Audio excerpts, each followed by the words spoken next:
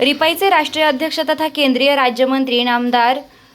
रामदास आठवले आदेशानुसार उपवर्गीकरणाविरोधात नाशिक जिल्हा रिपाई आठवले गटाच्या वतीने नाशिक रोड महसूल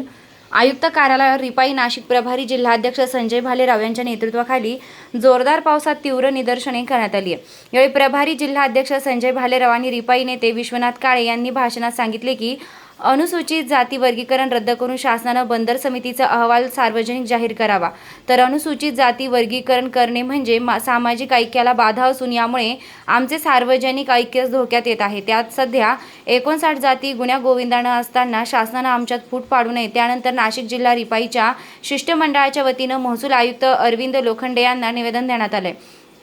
यावेळी देवळाली कॅम्प शहरातील रिपाईचे प्रमुख नेते गौतमजी भालेराव, गिरीजी मोरे, बिपिन गांगुर्डे, राजू जाधव, सुरेश निकम, किशोर खडताळे, रिपाईचे नेते फकीरराव जगताप, नाशिक रोड शहर अध्यक्ष समीरभाई शेख, भीमटोला संघटनेचे राष्ट्रीय अध्यक्ष अनिल गांगुर्डे, रिपाई जिल्हा नेते भारत निकम, संतोष पाटील, रामबाबा पठारे, महिला आघाडीच्या ज्येष्ठ नेत्या शांताबाई पगारे, माजी नगरसेविका ललिता भालेराव, विमल तडवी, जान्हवी फाजगे, संगीता पगारे, लताबाई वाडेकर, चित्राताई वाघ, बाळाजी जाधव, प्रवीण पगारे, विजय खेडकर, सुनील यशवंते, राजाभाऊ मोकळ,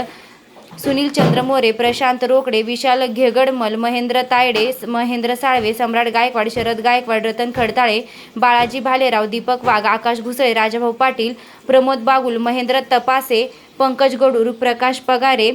राजाभाऊ गांगुर्डे, मुन्नाभाई शेख, दीपक अहिरे, तुषार घोडके, योगेश गांगुर्डे, गोटीराम पवार, बबलू जगताप, संकेत गांगुर्डे, कालिदास शिंदे, धनु निर्भवने,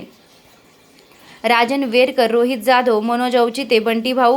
बंटीभाई थोरात, आदर्श सावंत, संदीप धिवरे, जगन सोनवणे, मिलिंद निकम, बलभीम वीर, महेश भोसले, सम्राट गायकवाड, महेश अहिरे, संजय मोरे, शंकर गडाख, नानाजी लोंढे, किशोर अहिरे, अशोक घेगडमल, वीरेंद्र सिंग, दीपक बनसोडे, रतन जाधव, बाळाभाऊ